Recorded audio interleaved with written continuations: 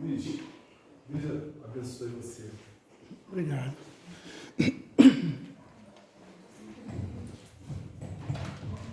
Boa noite a todos. Que a paz do Mestre Jesus esteja no coração de cada um de nós essa noite. E é com muita alegria que hoje estou aqui, pela primeira vez, para poder falar, porque para ouvir eu já vim várias vezes.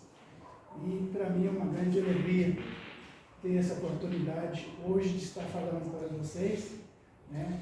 Ainda mais que um dos meus professores de Espiritismo está presente, o nosso amigo Arnaldo aqui, né? Que já me acompanha desde o início, que eu iniciei o Espiritismo lá em 89, 90, por aí, né? E é uma grande alegria poder estar aqui com vocês na noite de hoje. Bom, eu vou falar um pouquinho, né, do meu livro, que é um livro do qual eu escrevi e foram 18 anos de pesquisas que eu fiz este livro. Na verdade não era para ser um livro, assim, eu sempre fui um pesquisador com relação ao Espiritismo. A minha entrada no Espiritismo foi mais pelo lado científico e filosófico do que propriamente pelo lado moral, o lado religioso. Então, eu conheci muitos autores, César Lombroso, né, Hermínio Miranda, que inclusive morou aqui em Caxambu, Gabriel Delane, Leon Denis, e nós, tantos outros, né, autores no qual eu estudei. E eu fui organizando essas pesquisas e deu um maço enorme assim, de papéis. E um belo dia eu estava conversando com um senhor, que hoje já é desencarnado, que era lá dos auxiliadores espirituais de São Lourenço, que na época nem era onde é hoje. Né? Na época os auxiliadores espirituais eram ali hoje onde é, acho que é a loja do Pitador. Então já tem bastante tempo. E esse senhor, conversando com ele, eu fui lá justamente para poder pegar alguns livros, porque na época, vocês imaginam, foi em 2010 que eu fiz o lançamento, a primeira edição desse livro. Vocês imaginam, antes não tinha internet como tem hoje. E aí eu estava conversando com esse senhor e ele me disse, por que você não publica isso? Eu disse assim, mas quem sou eu para publicar alguma coisa? Né? Pessoa de cidade do interior, não tem condições financeiras para isso. Ele disse, não, se você tem um trabalho, passa tudo para o computador, ache alguém que possa formatar para você, busque uma editora, busque que possa estar fazendo esse trabalho para você, nada, né? Além disso. E aí eu amadureci a ideia e resolvi fazer. Busquei uma editora, na verdade essa editora que eu lancei esse livro, tanto a primeira quanto a segunda edição, é uma editora independente, não é uma editora ligada a nenhuma federação espírita. Tá? Então, é uma produção independente minha, no qual eu fiz essas pesquisas com relação à Bíblia, o Espiritismo e a parapsicologia. Tá? Se no final alguém quiser adquirir o livro, está no preço de R$40, eu estou aqui para poder autografar, caso alguém queira. Falando um pouquinho agora do livro, bom, nós sabemos que na área religiosa, o Espiritismo sempre foi muito combatido, sempre foi muito perseguido pelas religiões tradicionais. Eu, como sou de berço católico, mas eu participei da Igreja Evangélica Presbiteriana do Brasil, muito tempo, fiz vários cursos teológicos e quando eu tive contato com o Espiritismo, eu comecei a ver que muita coisa do que se falava com relação ao Espiritismo não era verdade.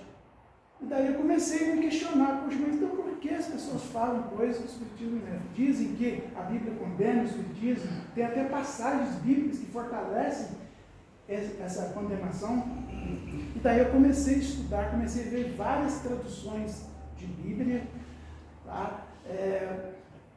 Para poder ter um maior entendimento com relação a essas traduções. Eu tive que estudar um pouco do judaísmo também.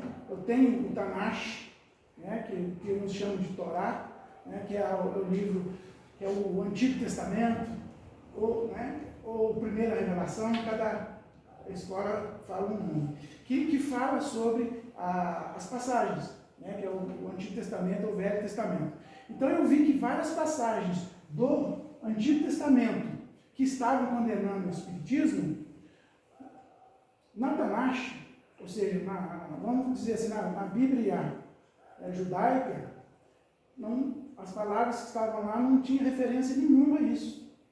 E daí eu comecei a achar estranho, comecei a estudar, né?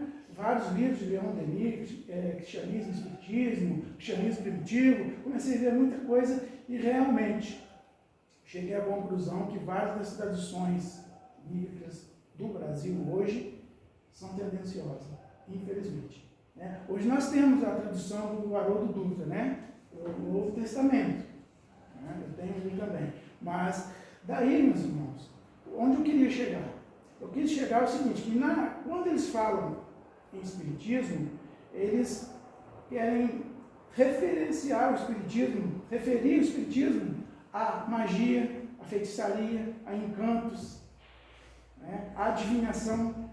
E eu fui ver que não tinha nada a ver com o Espiritismo. Mas, na história, particularmente aqui no Brasil, onde o Espiritismo é mais difundido, infelizmente essas traduções errôneas existem e fazem muita confusão na cabeça das pessoas. Tá? Então, nesse livro eu falo sobre como que iniciou os evangelhos, como foram criados os evangelhos canônicos, falo um pouquinho dos apócrifos também, falo das passagens que eles citam como se estivessem condenando o espiritismo, tá? Falando realmente o que está, quais as palavras que estavam lá, tá? E a palavra espírita, espiritismo, médium espírita, não poderia existir na Bíblia. Simples. Porque o espiritismo foi codificado em 1857, em 18 de agosto, por Hipólito Leon Denis, que é o Allan Kardec. Então, como que a palavra espírita, espiritismo, médium espírita poderia estar num conjunto de livros? Porque a palavra Bíblia significa os livros. Tá? Escrito em tempos diferentes por pessoas diferentes. Você sabia que existe um intervalo de 4 a 5 mil anos de diferença entre o Antigo Testamento e o Novo Testamento? Vocês sabiam disso? Porque quem pega a Bíblia hoje e lê, acha que terminou uma história e já começou-se a outra, como se fosse terminado um capítulo e começasse o outro. Mas existe uma distância, cronológica, uma distância muito grande entre um e o outro. Existem certas tradições religiosas, né, como o judaísmo, por exemplo, que não admite o Novo Testamento, né, porque eles são judeus. E como o cristianismo veio do judaísmo, né, e eu fui buscar no judaísmo muitas coisas que vieram realmente comprovar as minhas desconfianças. Tá? Está tudo aqui no livro. O Espiritismo, eu falo do Espiritismo no seu tríplice aspecto de ciência, filosofia e religião. E normalmente esse livro ele foi escrito não só para espíritos, mas principalmente para aquelas pessoas que estão iniciando o espiritismo, seus conhecimentos. É mais uma orientação mesmo. É um livro à base de pesquisas. Tem todos os dados de pesquisas, tudo aqui. Então eu falo sobre o espiritismo nesse aspecto. A parapsicologia, por que eu citei a parapsicologia? Porque a parapsicologia, hoje, a parapsicologia veio da metapsíquica. Metapsíquica foi na época de Charles Richer, de B.J. Heine, são os pais da metapsíquica, que depois veio se tornar parapsicologia. Então, aqui no Brasil, nós temos 3 escolas parapsicológicas. Nós temos a escola católica, que é a escola do Padre Quevedo, Padre Oscar Quevedo, quem nunca ouviu falar do Padre Quevedo, né? Essas coisas não é que existem, né? A gente brinca falando disso, né? Então, é a escola do Padre Quevedo,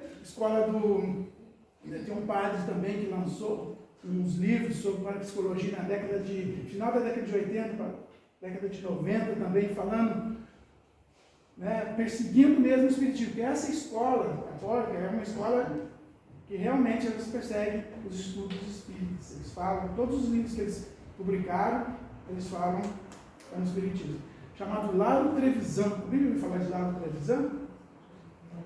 Então, Lauro Trevisan, final da década de 80 para 90, teve os livros lá, Além da Mente, Força Oculta da Mente, Poder Parapsicológico da Mente, Ironias do Espiritismo e vários outros livros que eles lançaram. né, falando sobre o Espiritismo. Existe a escola também, a segunda escola, que é a escola espírita. Né? A escola, hoje existe ainda o Instituto de Psicobiofísica de São Paulo, no qual eles estudam a fenomenologia espírita. É uma escola parapsicológica também, que na época de Hernando Guimarães, né, ele foi o fundador dessa escola. E até hoje existe pessoas que estudam essa linha da parapsicologia voltada para o Espiritismo, tentando dar explicações aos fenômenos que envolvem o Espiritismo. E existe também, por último, a escola russa. Tá? A escola russa é uma escola neutra.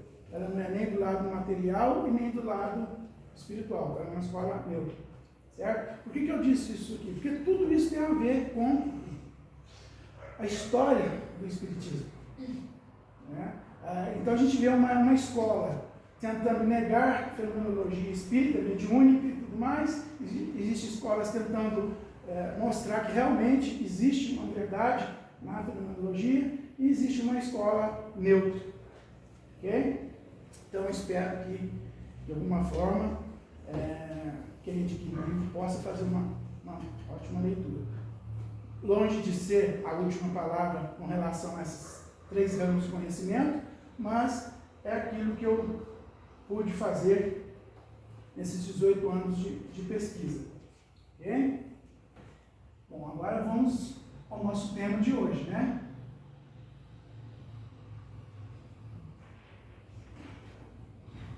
Vamos ao nosso tema de hoje. Bom, quando me foi proposto falar de Maria, eu fiquei pensando, puxa vida, seria tão mais fácil se fosse mediunidade, se fosse transcomunicação instrumental. Agora, Maria, aonde que eu vou achar, né, subsídios, coisas para falar de Maria, Nossa Mãe Santíssima? Onde eu vou achar isso, meu Deus? Aí, eu fiquei sabendo que tem um livro do Espírito Milanês, que é Maria de Nazaré. Não tive oportunidade de ler, não iria dar tempo de eu ler o livro. Né? Leia o livro. Então, sim. E daí, eu falei, bom, o jeito é eu fazer umas pesquisas, né? E como eu tenho uma formação teológica também, eu tenho alguns conhecimentos, né, de alguns autores, algumas coisas, e fui buscar, né, subsídios para poder formar o estudo de hoje. Ok? Se pudesse dar a voz para mim, tá, por favor. Eu vou esperar abrir aqui, porque esse Windows 11 em notebook velho é fogo.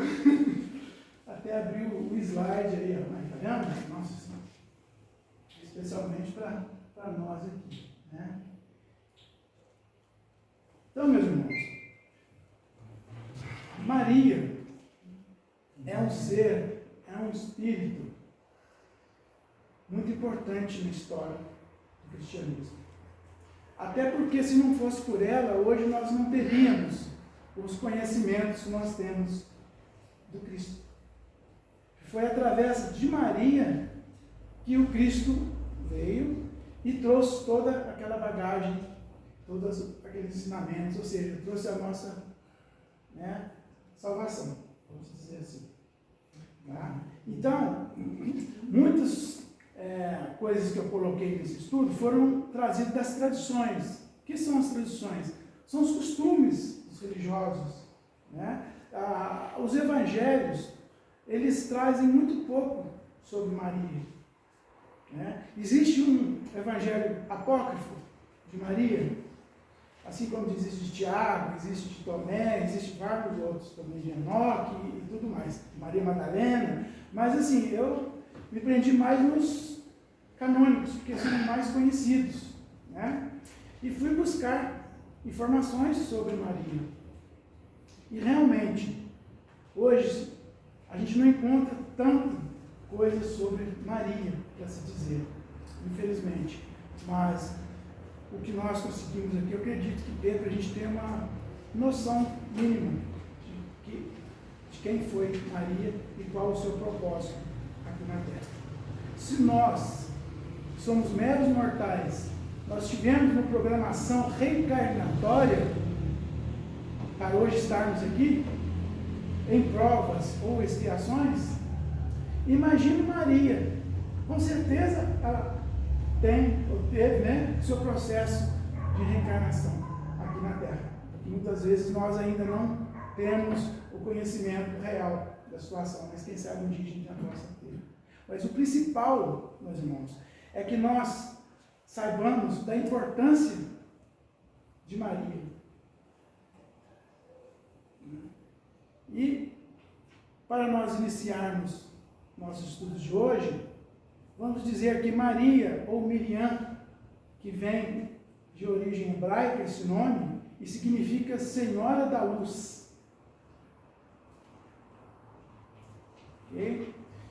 Então vamos começar aqui. Maria, filha de Joaquim e Ana. Sabiam o nome dos pais de Maria? Joaquim e Ana. E Joaquim e Ana, eles eram da tribo de Judá, da linhagem, da descendência de Davi, que foi o profeta lá do Antigo Testamento, né? Cumprindo assim a profecia, que o Messias, o Salvador, viria na família de Davi, assim como o Antigo Testamento dizia. Imagine que Maria, naquela época, uma mulher que viveu de acordo com as mulheres de sua época, que era uma época patriarcal, no qual só os homens falavam, as mulheres obedeciam, e era bem assim. E Maria viveu nesta época. Mas ela não deixou de demonstrar por que veio aqui na Terra. E ela deixou a sua marca registrada. Imagine que naquela época, uma entidade espiritual, um espírito de escola, como nós espíritos costumamos dizer, né, vir e fazer uma anunciação a Maria. Olha só, um espírito de luz vir, num período patriarcal, falar, em vez de dizer a José, que era o marido, que era o que comandava, que era o chefe, vamos dizer assim, eles foram a Maria. E olhem só como esse anjo Gabriel, né, que Gabriel em hebraico significa homem de Deus, mensageiro de Deus, fortaleza de Deus. Gabriel, né? Em hebraico, tem esse significado. Então ele vem e procura Maria na cidade de Nazaré, e chegando lá, olha só, ele saúda Maria, ele cumprimenta Maria. Imagina um espírito evoluidíssimo vir e meio que como se ajoelhasse diante do ser Maria, dizendo a ela: Ave Maria, ou Salve Maria, tu és cheia de graças, e o Senhor é convosco. Bendita és entre todas as mulheres. Imagina, meus irmãos, a gente ouvindo uma coisa dessa, uma mensagem dessa, o que teria passado na cabeça de Maria naquele momento? Maria era jovem. Ela não diz a idade certa dela, mas, assim, eu acredito que ela tinha os seus, 15, 16 anos, por aí. Imagina um espírito daquele vir e dar essa mensagem. Imagina o que Maria ficou pensando. Será que eu mesmo? Será que não estou enganado? Será que eu sou essa pessoa mesmo? Porque até então Maria ainda não tinha uma ideia da sua missão aqui na Terra. Né? E ela poderia ter imaginado, mas como isso pode acontecer? Mas, como Maria já era um espírito evoluído, ela era uma pessoa de fé. E ela vivenciava essa fé no seu dia a dia. Então, meus irmãos, entre a dúvida e entre a fé, qual que Maria decidiu ficar? Com a fé. Tanto é que ela decidiu ficar com a fé, que ela diz à entidade espiritual, né? Então você vê, a mediunidade já começou aí, né? Quando eles falam que não existe mediunidade na Bíblia, não existe como, já começou aí. Um ser de luz já veio e deu uma comunicação. Então já começa aí. Então Maria, com toda a sua simplicidade, mas com a sua fé, ela diz: eis aqui a serva do Senhor. Cumpra-se em mim segundo as tuas palavras. Ali então, meus irmãos, Maria está assumindo o voluntariado. Maria está assumindo a plena disponibilização. Ela não sabia o que seria dali para frente, mas a sua fé a dava certeza de que ela estava no caminho certo.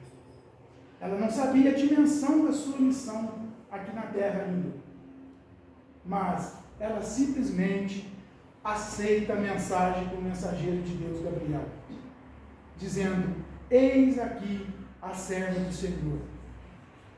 No popular de hoje, ela estaria dizendo: concordo, estamos juntos, manda ver. Ok?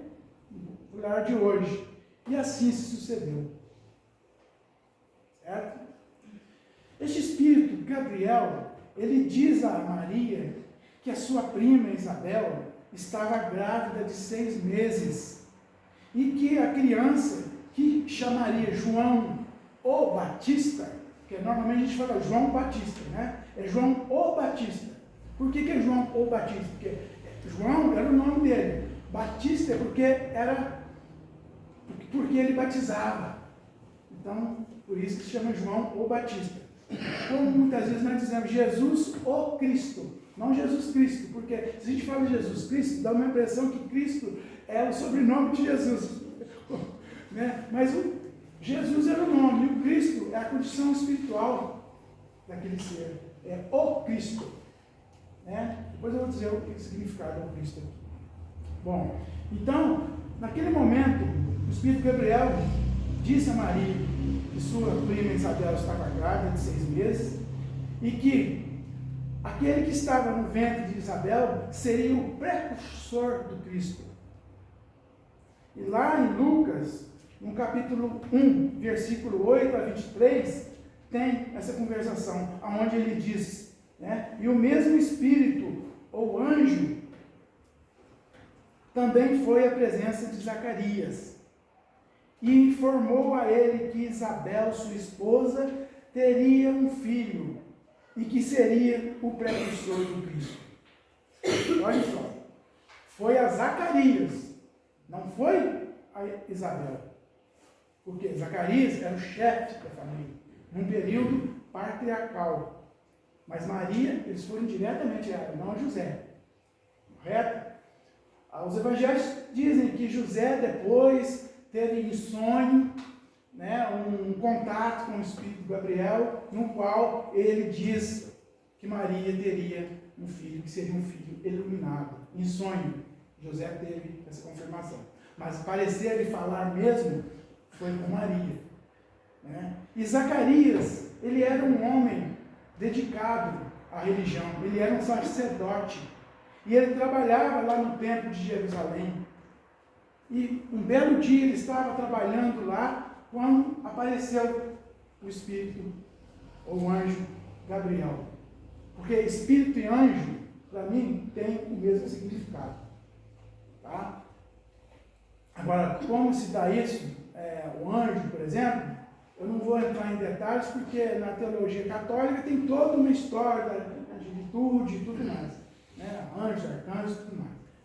Vamos entrar nesse mérito hoje, no nosso estudo. Mas basta nós entendermos que espírito ou anjo aqui para nós é o mesmo, tá? É o significado. Então, ele chegou a Zacarias e disse a ele que a sua esposa teria um filho e que esse filho seria o precursor do Cristo. E que ele converteria muitas pessoas. Zacarias, na hora, ficou em dúvida e ficou pensando, meu Deus, que coisa mais maluca. Pode um ser chegar e dizer uma coisa dessa, sendo que a minha esposa, ela está num período, numa idade avançada. E ele disse à entidade espiritual, como Isabel dará luz a um filho, já sendo velha? Acredito que a idade de Isabel deveria ter naquela época uns 30 anos, pela época. Né? E a entidade espiritual disse a ele, então, por duvidar do que eu estou te falando, ficarás mudo e não falará uma palavra até que João nasça. E assim sucedeu. Certo? E Maria, então, depois de um tempo, ela vai visitar sua prima Isabel. Está lá em Lucas, capítulo 1, versículo 31. Então, ela vai visitar Isabel. E quando ela chega próxima à prima Isabel, já parecia que Isabel já tinha sentido a presença do Cristo no ventre de Maria. Tanto é que ela diz, quando Maria chega e cumprimenta ela olha para Maria e diz, bendito é o fruto que tu carregas em teu ventre. Repare, meus irmãos, que Maria não tinha contado nada à prima com relação à gravidez. Mas meio que intuitivamente, Isabel fala para Maria, bendita és tu entre todas as mulheres. Olha só a sensibilidade de Isabel em sentir aquele ser iluminado no ventre de Maria. E isso tudo, porque quando Maria chegou e saudou Isabel, cumprimentou, a criança que estava no ventre de Isabel saltou de alegria. Assim nos diz o Evangelho. Ora, saltou de alegria, mas como que ela sabia que saltou de alegria? Bom, eu nunca fiquei grávida. Então, as mulheres que ficaram grávidas já, né, com certeza sabem quando a criança está bem e quando não está. Então, se ela disse que saltou de alegria, porque de alguma forma ela sentiu uma alegria muito grande, ela sentiu uma vibração muito grande envolvendo elas ali. Por isso que ela disse que a criança que estava no seu ventre saltou de alegria. No caso, o João Batista. Né? Então, naquele momento, meus irmãos, Maria entendeu que dentro de seu ventre tinha um ser iluminado. E a alegria de Maria, e com as palavras de Isabel, foi tanta, e em resposta à atitude da prima ter falado isso a Maria, ela, como era uma pessoa de muita fé, Maria canta o Magnificat, ou Magnificat, que se fala. Né? Eu não sei como é a música, tá? Não vou cantar, mas vou ler a letra de que Maria cantou para a prima Isabel, de tanta alegria. A minha alma engrandece no Senhor, exulta o meu espírito em Deus, o meu Salvador. De agora em diante, serei conhecida por todos como a bem-aventurada, porque o Senhor Todo-Poderoso fez em mim maravilhas. Por isso, santo é o seu nome. Notem, meus irmãos, que beleza de percepção que Maria teve. Né? Então, chega o dia do nascimento de Jesus, que está retratado lá no capítulo 2 de Lucas, versículo 1 a versículo 14. Desculpa eu falasse de versículo no capítulo, parece Evangelho falando, mas eu sou de evangelho, então eu tenho costume de falar, que eu fui buscar nos evangelhos algumas coisas para colocar aqui. E para mim, né, colocar os dados, eu tenho que colocar de onde é, capítulo, versículo e tudo mais. Ok? Então, o Evangelho de Lucas, ele narra o nascimento de Jesus. E fala que os anjos, ou os espíritos, apareceram aos pastores que se encontravam no campo. Os acordaram. Olhem só, antigamente os pastores, eles dormiam junto com as ovelhas para poder não serem roubados. Eles faziam suas tendas e ali mesmo eles dormiam. Imagina que eles estavam dormindo e uma entidade espiritual os acorda. Olha aí, a mediunidade mais uma vez. Né? A comunicação espiritual aí. E a entidade diz a eles, né? Eis que lhe trago novidades de alegria, pois hoje na cidade de Davi vos nasceu o Senhor, Yeshua Meshiach, que em hebraico significa Jesus, o Messias. Significa, em hebraico significa Jesus, o Messias. Quer dizer também, quando traduziram Messias para o grego, traduziram para o Christus, com K, que veio a traduzir o Salvador. Correto? Então, se for Jesus Christus, Jesus Cristo. Tá? Então, Cristo significa Messias, significa o enviado, significa o Salvador. Então, eles disseram, vos nasceu o Senhor Jesus, o Cristo. Vos nasceu? Por que disse ele vos nasceu? Eles disseram vos nasceu porque Jesus nasceu para todos nós.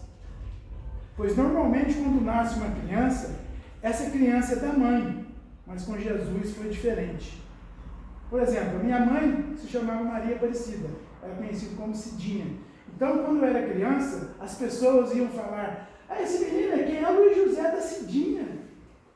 Né? Por quê? Geralmente falam, o filho fulano, não é verdade?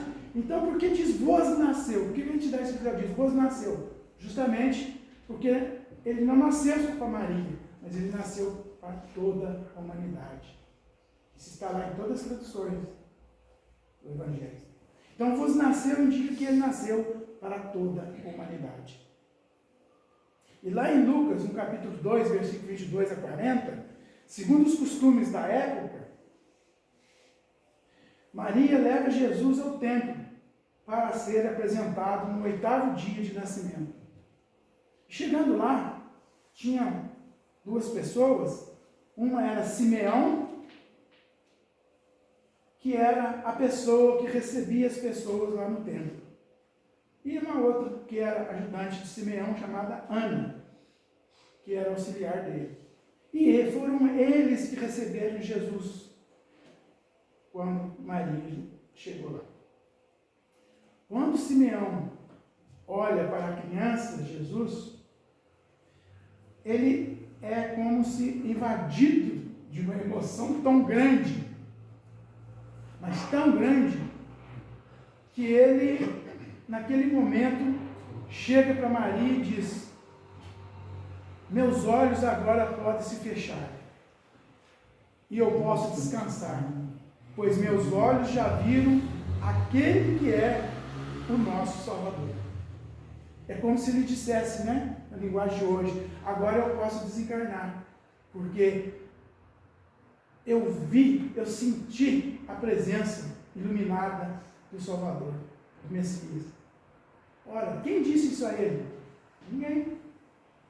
Olha só como a percepção de Simeão foi grandiosa em perceber isso. Né? Então, com certeza, meus irmãos, penso que Maria ficou muito alegre, muito satisfeita com o comentário de Simeão. Mais um comentário, né? Mas, infelizmente, logo vem um balde de água fria, como nós dizemos aqui no popular. Né? Simeão olha para ela e diz, bem-aventuradas és tu, mas uma espada de dor atravessará o seu coração. Imaginem vocês, meus irmãos, a reação de Maria com essas palavras de Simeão. Né? Como que foi dolorido ouvir uma coisa assim. E é por isso que na tradição, essa passagem é conhecida como a primeira dor de Maria. E saindo dali, após isso, Maria segue em frente com a sua vida. Depois de algum tempo, ela, Maria, recebe uma visita de 3 estudiosos das estrelas, que antigamente se chamavam astrólogos, que hoje podemos chamar astrônomos. E foram os 3 estudiosos conhecidos, chamados pela tradição como os 3 reis magos. Magos porque estudavam a magia dos astros. Né? Então, eles estudavam e eles, de alguma forma, ficaram sabendo que teve um grande acontecimento importante. E daí eles vieram visitar a criança Jesus, trazendo cada um presente, ou seja, 3 presentes.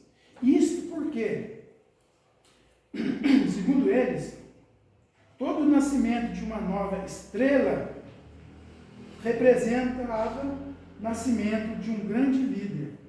E como eles estudavam sempre os astros, eles viram que tinha uma estrela nova, diferente. E a intuição os levou até Maria, até Jesus.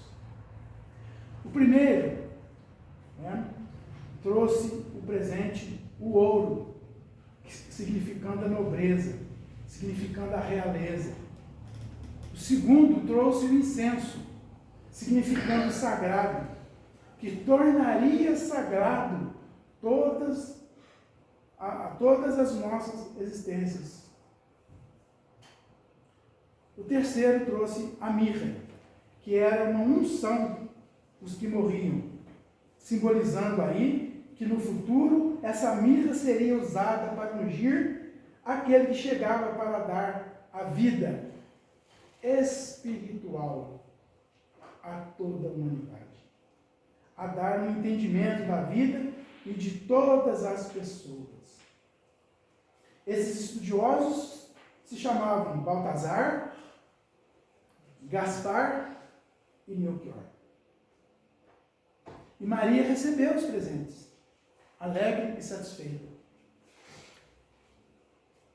Lá em Lucas, capítulo 2, versículo 41 a 52, está: quando Jesus já contava com os seus 12 anos, junto de seus pais, vão visitar o templo. Este templo era uma festa que tinha, né? Que era a festa da Páscoa.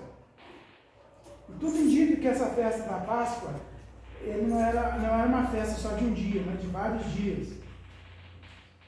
E vale dizer também que a Páscoa judaica, né, é diferente da Páscoa cristã. A Páscoa judaica, né, a palavra Páscoa significa passagem, é passagem. Então, os judeus, eles comemoravam a libertação deles da escravidão do Egito. E eram dias de festa que tinha. E chegando lá, a criança se perdeu de seus pais, que passaram a procurá-lo. E foi quando eles o encontraram. 3 dias depois. Imaginem vocês a dor, a aflição de Maria e de José procurando Jesus. Provavelmente no início eles acharam que Jesus poderia estar com amigos ou com parentes próximos. Até aí tudo bem. Mas quando eles começaram a ver os parentes, os amigos, e viram, né, que Jesus não estava com nenhum deles, imagine a aflição deles. Né? E só depois de 3 dias eles encontraram Jesus. E essa é conhecida como a terceira dor de Maria. Então, quando eles encontraram Jesus, Jesus estava conversando com os doutores da lei. E Maria chega a ele e diz: Filho, te procuramos por toda parte e ficamos preocupados com você. Então Jesus vira a ela e diz, está em Lucas, capítulo 2, versículo 49. Mulher, por que te preocupas? Não sabes que tenho de cuidar das coisas do meu Pai? Maria, na hora, fica sem entender muito bem o que Jesus tinha falado e diz: seu pai e eu estávamos aflitos à sua procura. Até aí tudo bem, meus irmãos. Nós entendemos o sentimento de Maria naquele momento, que era um sentimento de mãe, sentimento de mãe que cuida, de mãe que ampara, de mãe que protege, de mãe que adverte, que acolhe. Né? Esse foi a terceira dor de Maria. Dando sequência na história, depois que José desencarnou, Maria não se casou novamente. E as viúvas naquela época, que era uma época patriarcal, como eu disse, elas não tinham muito espaço na sociedade. Então, Maria passou a se dedicar totalmente a seu filho Jesus, apoiando ele até o fim. Maria acompanha todo o suplício de Jesus. Ela ouve os seus ensinamentos, ela fica sabendo da sua prisão, fica sabendo do seu julgamento, fica sabendo da sua condenação. E ficou acompanhando de longe, questionando com certeza tudo aquilo. Mas foi quando ela caiu em si e se lembrou de Simeão e de suas palavras sobre uma espada atravessando o seu coração. Daí, neste momento, irmãos, Maria entende os desígnios de sua missão. E daí em diante, ela acompanha todos os processos de caminhada de Jesus, até o Gólgota e a crucificação. Gólgota significa um lugar de sofrimento, né?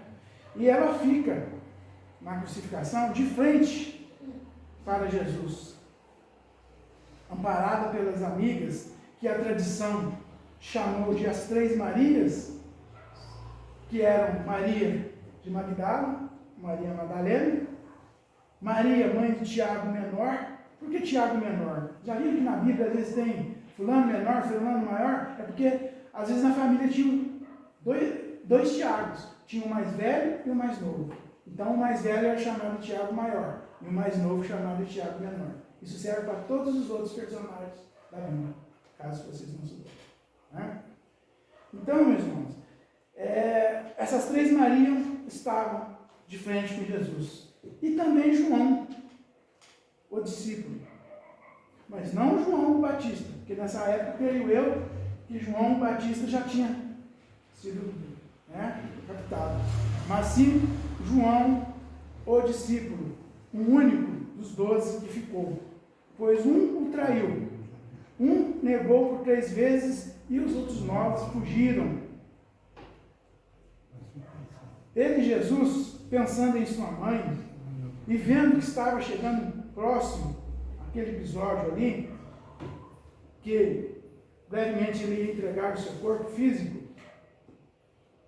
e ele pensando em sua mãe, em quem iria amparar ela, naquele momento ele vira-se para João, o discípulo, e diz: eis aí a tua mãe. E virando para a sua mãe Maria, diz: eis, mostrando João, diz: eis aí o teu filho. Está lá no capítulo 19 de João, versículo 26 e 27. E foi neste momento, foi neste momento que Maria deixa de ser a mãe de Jesus e passa a ser a mãe de toda a humanidade. Depois de morto, ele é descido da cruz e é colocado nos braços de Maria, sua mãe, representando aí a sexta dor de Maria. Vamos entender um pouquinho essa dor de Maria? Vamos lá. A primeira dor de Maria foi a profecia de Simeão, que disse que uma espada queria atravessar o peito. A segunda dor de Maria foi a fuga para o Egito. Foi quando o rei Herodes pediu para matar todas as crianças abaixo de 2 anos. Imagine Maria com seu filho nos braços, fugindo para que o filho não seja morto. Imagine o sacrifício. Não tinha carro, não tinha metrô, não tinha avião naquela época. Né? O calor escaldante daquela região. Imagine o sacrifício que foi andar em nome de burros, né? Jumentos. A terceira dor de Maria foram os 3 dias que Jesus ficou perdido e eles ficaram procurando. A quarta dor de Maria foi um encontro com Jesus levando a cruz. Imagine, meus irmãos, nós passando por uma rua, vendo uma multidão e um ente querido nosso ali sendo chicoteado, né? Carregando um madeiro, uma cruz, todo ensanguentado. Imagine a reação, a dor que ela sentiu. Né? A quinta dor de Maria foi a sua morte no Calvário. Né? E por que Calvário? Engraçado que lá se chamava Calvário, não sei se vocês sabem disso, achei interessante. Porque a serra, o morro lá onde Jesus foi crucificado, parecia com o crânio humano, com a cabeça. Né? Então chama Calvário porque vem de caveira, que parece um bolado assim de um crânio. Por isso que chama Calvário. A sexta dor de Maria é essa que eu estou te falando aqui, como ele é colocado nos braços dela. E a sétima dor é o sepultamento. Né? A sexta dor descida da cruz e a sétima é o sepultamento de Jesus, quando ele é sepultado. Então, João, lá no seu capítulo 20, diz que o corpo de Jesus é sepultado e depois reaparece para Maria de Magdala, Maria Madalena. E sua mãe nada reclama, tal qual era o seu nível de espírito superior. Já Pedro, ele reclama dizendo: por que o mestre apareceste para ti, Madalena, e não para mim, que fui muito mais chegado dele, muito mais amigo dele? O outro, Tomé, duvida, e ele aparece para Tomé e diz: toque em minhas chagas. Né? E assim foi tocado as chagas de Tomé, e ele disse que Jesus aproveitava todo momento que tinha para dar um ensinamento. Tu acreditou porque tocou, porque viu, mas bem-aventurado é todo aquele que não viu e não tocou, mas crê. E Maria nada disse, porque ela entendia que ali não era mais o seu filho Jesus, e sim o seu mestre, o Cristo de Deus, o seu Senhor, e que serviu a ele até o final. Então, João, lá no capítulo 19, né, diz: depois de todo o ocorrido, que Jesus foi sepultado, que ele apareceu, tal, tudo, Maria foi para a cidade de Éfeso, onde morou com João, o discípulo. E quando as pessoas ficaram sabendo que Maria estava morando com João, o discípulo de Cristo, eles começaram a ir até a casa de Maria para conversar com ela, um chamado diálogo fraterno.